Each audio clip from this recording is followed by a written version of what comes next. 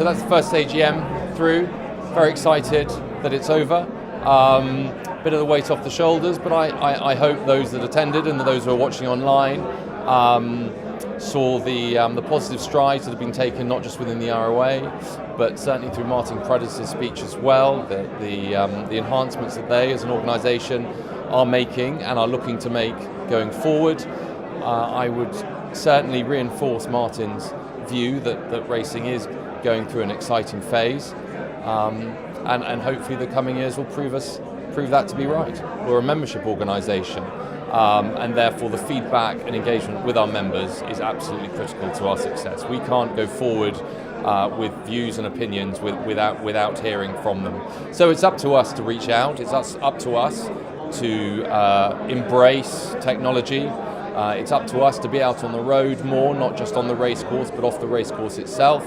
And it's up to us to show to existing owners that we care, we listen, we help, we promote, we take their views and their thoughts to the various constituents bodies to try and enhance their requirements.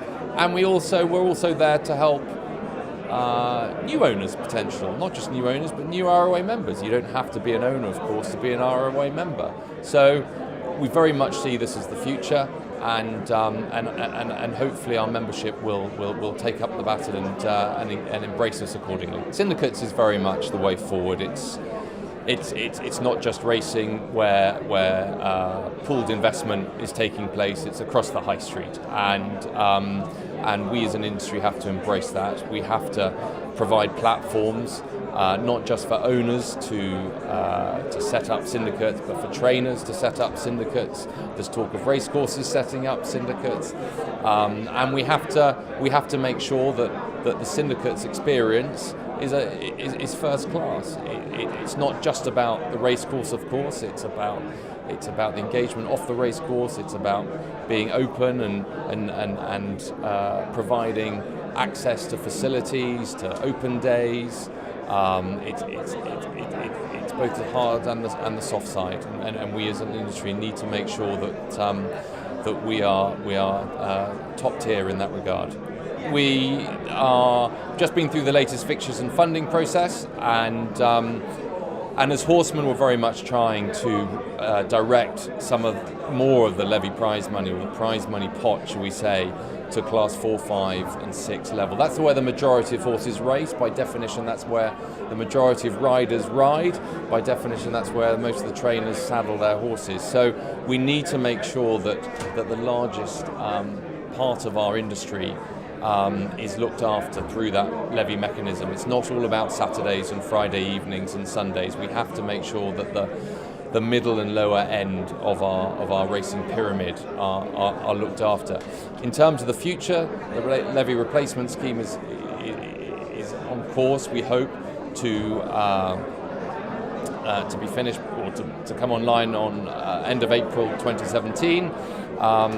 The government has assured us that it's an apolitical process. All sides of the Commons are behind it.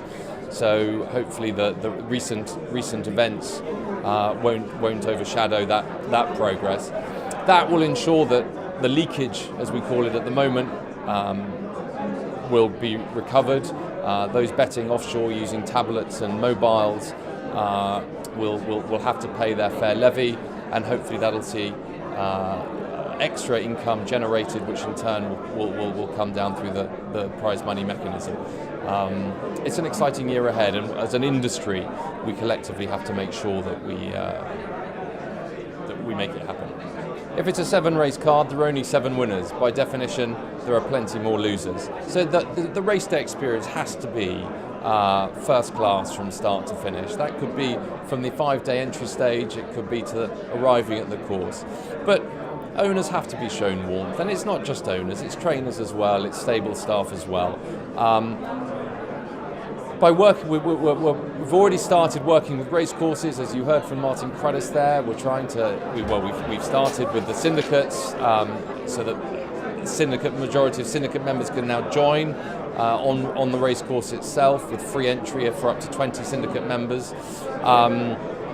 And we need to make sure that once they're on course as well, the facilities are up to scratch, and that the facilities reward them for making an entry and running their horse on that day. The Gold Standard Award is something that we promote hugely amongst our membership. Feedback is critical. Without that, we can't go to the racecourses with any due criticism or proper compliments. And so we need the Gold Standard Award to be competitive in order for the racecourses themselves to want to go the extra mile for the owners. It's the most wonderful experience. It's about the energy. It's about the colour. It's about the winning. It's about the softer side, being out on the gallops in the morning, stable open days, meeting like-minded people within the stable and on the race course. And obviously being a part of the ROA provides people with that comfort zone that there's someone on the end of the phone to help you through the process. It can be daunting. It's obviously financially quite an expensive sport to get involved with, but it can be hugely rewarding, and as I say, can take you to places that no other sport can take you to, closer to the action than possibly any other sport, and it's going global. Horses can take you the world over, let alone up and down the country. I deeply encourage you all, if you're thinking about it, give us a call and we'll help facilitate that process.